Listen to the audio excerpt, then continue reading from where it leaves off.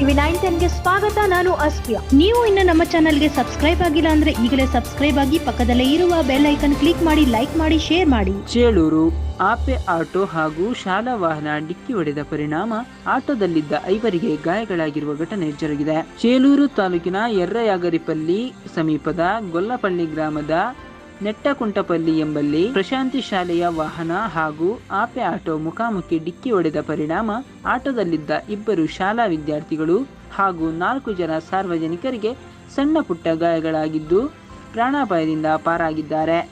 Venkataramana, Muniyappa, jasmine, ಅಫ್ರಿನ್ Anjum, Venkatappa, Lakshmi ಮುಂತಾದವರು ಗಾಯವಾಗಿದ್ದು ಬಾಗೇಪಲ್ಲಿ ಸಮೀಪದ ಚಿಂತಾಮಣಿ ಸರ್ಕಾರಿ ಆಸ್ಪತ್ರೆಗೆ ರವಾನಿಸಲಾಗಿದೆ. ಘಟನೆ ನಡೆದ ಸ್ಥಳಕ್ಕೆ ಚೇಳೂರು ಸಬ್ ಇನ್ಸ್ಪೆಕ್ಟರ್ ಹರೀಶ್ ಭೇಟಿ ನೀಡಿ ಪರಿಶೀಲಿಸಿ ಕೇಸು ದಾಖಲಿಸಿಕೊಂಡು ಮುಂದಿನ ಕ್ರಮ ಕೈಗೊಂಡಿದ್ದಾರೆ.